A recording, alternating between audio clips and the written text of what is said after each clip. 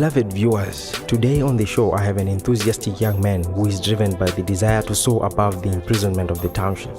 Born and raised in the South African township of Utenek, where he currently stays making music and films. Ladies and gentlemen, I give you D-Nice. Well, now I've got the man himself right here. Welcome to the show.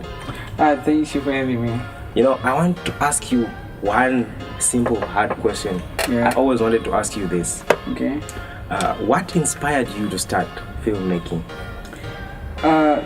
What inspired me to start filmmaking is that when I was growing up, I was like, okay, we only have one house, like in the area, have a TV, type of thing, So we, as a kid, growing up, we play, on the streets, and when it's time, like in the evening, we know that there is one house that have a TV. So when we go there, we're gonna watch like an 8 p.m.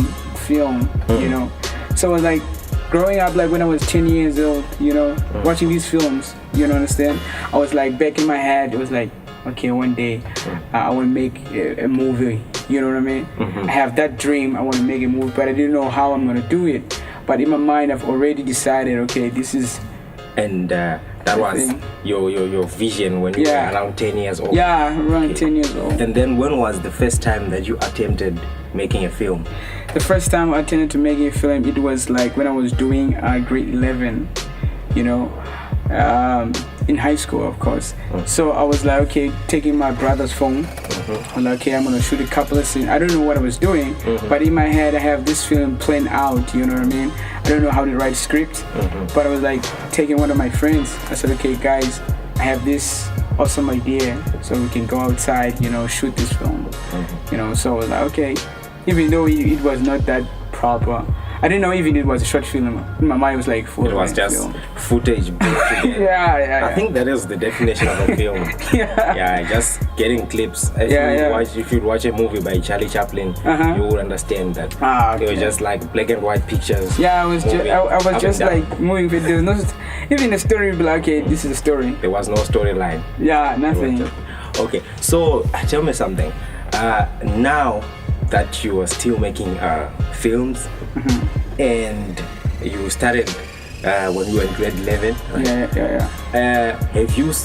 How far have you grown so far? From that time, you can look back and see that this was not a proper film. Then how can you say you have grown? Which areas have you grown so far? Okay, the areas that I've grown is that in 20, I think, if I can remember, in 2015, I was kind of involved in this film factory, whereby they teach you how to write, to develop a script. The township film factory. Yeah. Oh. Yeah. So they teach us, how to local filmmakers. In my head, I was like, I am a filmmaker. You know what I mean? Even though I didn't have no, feature film type of thing. So I was like learning about script writing, all the technical stuff. And I was like, okay, fine. This is the thing, you know what I mean? So after that, then I did my first documentary, like 8 minutes documentary with them. So I was like, And what was that documentary? The documentary, it called like Drowning Stereotypes. Okay. You know what I mean? And where can we find it? Is it my I haven't put it on YouTube first. Okay. I haven't put it on YouTube. But you are willing, like you can give it to me, then I can give a link to people on that Drowning Stereotypes. Yeah. Okay, I'm gonna do that just after this interview. Okay, so you have seen, okay, you can continue. You're saying, like, you're explaining to us your growth. After that, I was like, then there was these guys, from my area. These guys, this guy came to my house. They said, bro, we heard that you making short films, everything. So we want you to be part of our film. But okay, fine. It was a great. It was an amazing opportunity for me to take, to work with other people. I thought I was the only one in the area who's, have a passion for film. And this guy approached me, and then we did the film. I think it was around 20, if I'm not mistaken, 2017 to 2016, something like that. Okay. We made the film, and towards making that film, I was like learning. Towards making the film, I was learning, discovering myself, creativity. You know what I mean? Like how to write scripts and everything. Okay, like also using, was it before the Township Film Factory? Yeah, after. It was after. So now you would say the Township Film Factory helped you? Yeah, it did help me a lot. So do you think it is necessary for someone who wants to be like you, a filmmaker? Do you think it's necessary for them to go to college and study film? Or what is important? Is it the technical skill, or is it the talent, or the passion? What is more important? Okay, like tomorrow. Okay, I understand the question. The thing is, like me, like for example, me, I was like, okay, I don't need to go to school, because I've got this. You know what I mean? And when I take a shot, whatever, when I write something, a story, on a notepad, or like this is me, I'm doing this. I don't need, to go to varsity type of thing. But I was wrong. You know what I mean? I would say that because I was wrong. I did have this conversation with one of the guys who I work with in the other film, and he said, "Nah, it's a talent. Then you don't have to go to university." I said, "Man, when it's come to this business of filmmaking, you need to go by the rules sometimes." You know what I mean? Like one or two rules. Sometimes, not always. Not always, because that's where your creativity, becomes. Because you can't. Okay, you're gonna shoot the white shot. How about you're gonna do the film like extreme shots? Yeah. Oh. Okay. You know what I mean? All right. One of those rules. Okay, I see. So, to a person who wants to follow their passion in film, and they do not have access to training and education, and now they are watching you for inspiration, what would you say to them? Already they don't afford that. They don't afford. They don't have the access. But maybe they got access to see you speak now. So what would you say now? Okay, for me, I would say that keep researching. You know what I mean? Like keep because this is what I did. Back in the days, I would go to like on the internet. You know what I mean? And research like behind the scenes movies. Behind the scenes. I've always, when I was doing that thing in back library, when I was in high school, I've always rent films, and then I wouldn't watch the film. I watched the behind the scenes. How do they make it? Okay. How they direct, call shots, and how this thing. I want to get that feeling. You know what I mean? So for me, that time it was like class in session for me when I watched those behind the scenes. I was studying by studying films. Yeah, but behind the scenes. All right. You know what I mean? I was not actually, because sometimes I was like, okay, I know how they did that scene. You know what I mean? Okay, now I understand you. So, I really appreciate your advice to that, because I would also say it's something that I would follow. But then there is something that I want to ask now about the market of our films here in the township, because by concept I had enough information about the township film factory, whereby people would be trained on how to make films by professionals, university professors. But then, what is the market for our films here in the township? Like that thing for me, it always like hints me, because the thing is, when I was like, okay, I'm gonna make a film, I have a story, I'm gonna make a film. Yeah, I can make a film, but where it's gonna be shown? Just like what you said. What is the market? What is the marketing? How am I gonna do this? For me, it was like there was this other guy from PE. This guy said, have an idea. He gonna do a Gasi cinema. You know what I mean? Where we're gonna screen our films there. You know what I mean? For me, it was like, okay, fine. It's a great idea. You know what I mean? If one guy can do that, so we can also do that. But for me now, my films, I uploaded on YouTube.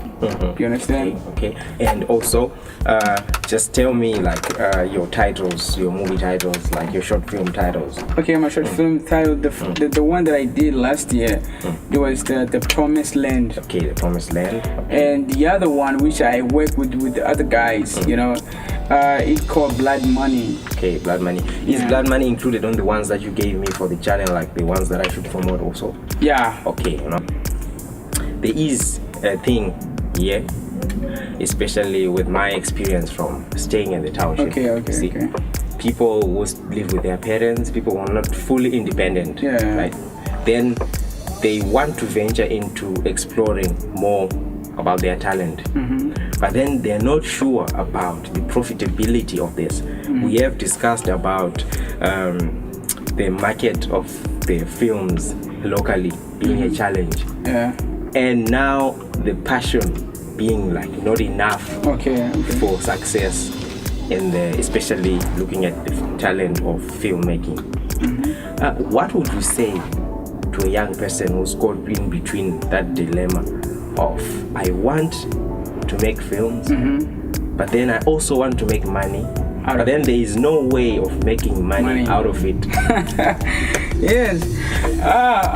Okay. This question always, always. I've been asking this question for a long time, especially living in a township. You know what I mean? So even though I was I'm having this idea, I'm passionate about filmmaking. You know what I mean? Because I think it was 2016. There was this guy there was this conference of film here in the town. The guy said, "No, guy, you shouldn't think like I'm a filmmaker. No, think like a businessman. You know what I mean? Make this the business. Make this something you can get profit from. Now, you have a passion now, but you can turn this to a business now. You know what I mean? So for me, it hints me. You're like, oh, okay, fine. This guy, you're right. Okay. So the thing is from this. Independent, just like you said, we need to get funding, something like that. You know what I mean? And it's hard because nobody will I think that's my opinion. You know what I mean? Nobody will fund you if you not have qualifications of filmmaking. Okay. You know what I mean? So your view to the young people is that let them do all they can to find the proper training and education about filmmaking. I'm just asking another filmmaker now. This filmmaker is saying you should know your game, otherwise no one wants to give you money. I wouldn't want to buy a film that doesn't suit. So I understand you are also a multi-talented person, and I've been to your studio and I've listened to your songs. Tell me, when did you start doing music? You know what I mean? Back in the days, I think it was 204. I didn't do music there. I was just a kid come from school, go to my cousin room. He played music, all international acts like Nas, Tupac, and everybody. I didn't understand even the language, English. I've always the beats and everything. Or I would stay there. I was like, okay, I don't know what they're saying, but I like it. You know what I mean? Fast forward, doing grade 7. I was like, okay, fine. I love Jay-Z. Album, Blueprint 2, Blueprint 1. I'm gonna bite, I'm gonna take his lyrics and my lyrics. You know what I mean? A friend of mine, man, I have a beat. Then I rap on that beat. I was like, okay, I think this is the way I want to express my feelings, you know what I mean? Through this music. Okay, and which year was that? I think it was 2007. Okay, so you didn't discover this at different times. You always had this passion to be a musician and to be a filmmaker. Tell me, what else did you want to be that you are right now? Okay, I think music and film.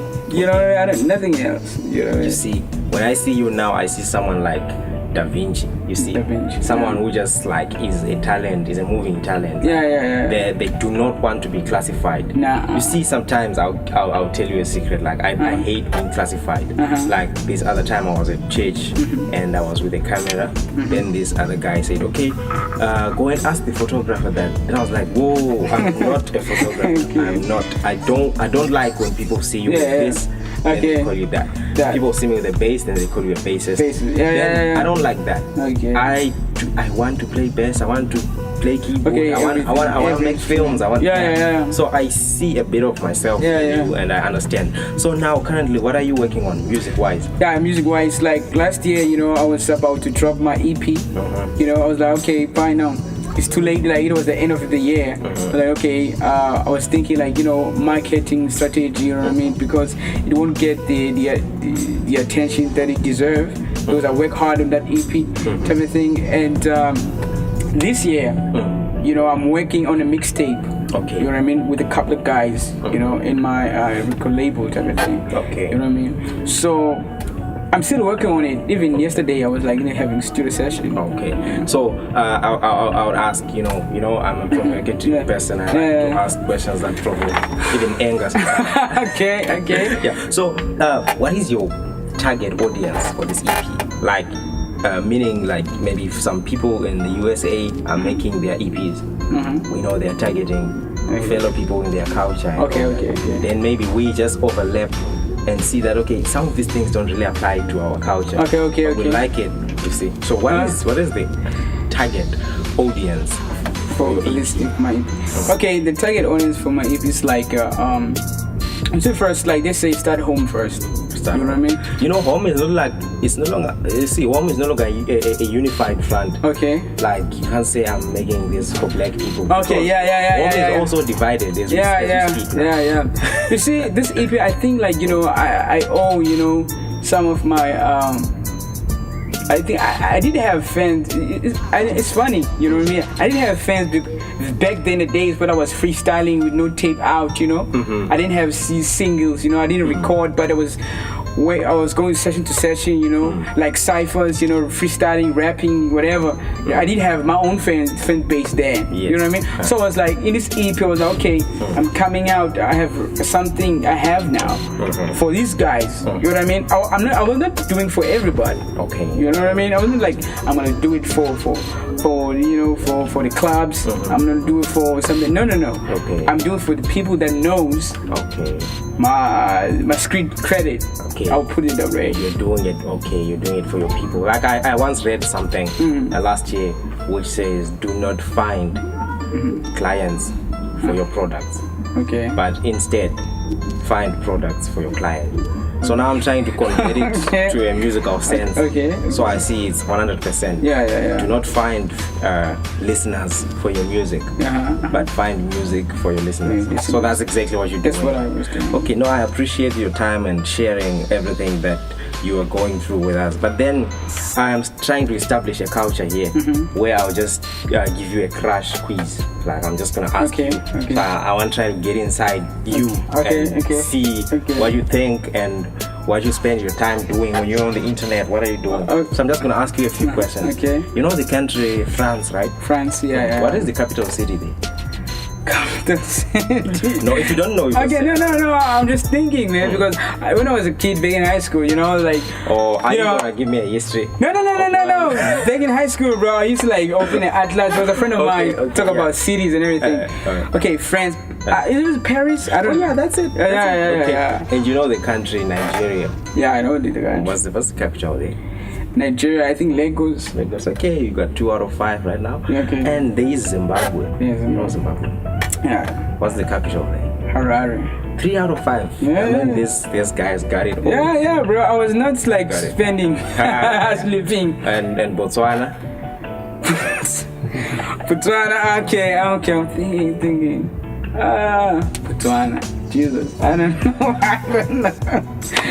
know. You wanna know? It's called Gaborone. Gaborone. Okay. But it's with a G. Then Mozambique. Lusaka, something like that. Wow, no. Okay, Mozambique. You wanna try again? Okay. Yeah. Mozambique. Jesus. No, it's Maputo, man. Almost, yeah. Almost. Okay, so I wanna be fair. Okay. So I asked you 5, you got 3 out of 5. You can ask me your 5, then I assure you I'm gonna get 5 out of 5. Okay. Okay. In China, ne? What's the capital of China? No. What's the language? Chinese, right? No, yeah, that's not Chinese. Mandarin. Yeah, Mandarin. Okay. I got one. You got one like in Brazil. Yeah. The language. Portuguese. Brazilian Portuguese. Yeah, okay. Yeah. What is the city that Eminem from? Man, I don't know. I Yeah. don't want to lie. Okay. I don't want to try it. So Just you tell got me. Detroit. Detroit. Okay. Yeah. All right. Cool. Okay. So I got 2 now. You got 2 now. Yeah. Okay. Okay. What is the birth country of Che Guevara? She is She- from. Ain't she from Chad or something? Nah. Okay. Wait. You from Jamaica? No. You Nah. crossed those islands. Those Cuba. islands. You from Cuba? Okay. Cuba. Nah, I'm dumb. I'm an idiot. Okay. Yeah. You can ask. Is it the last one? Okay, the last one. Uh. I want you to ask the last one. Uh, This is pretty easy, you know. it's easy. Okay. I hope I don't fail it. And you not fail it. I don't want to look stupid. No. What is like township that Trevor Noah from here in South Africa? You see, I would say Soweto or something, but I don't trust the guy. If he's lying, Yeah. Okay. Yeah. So did I get it right? Yeah, get it right. At least Get I it quoted right. him. Yeah. Anyway, man, I want to thank you, like, Yeah. for establishing yourself Yeah, it's and great also to be here. establishing us. You see.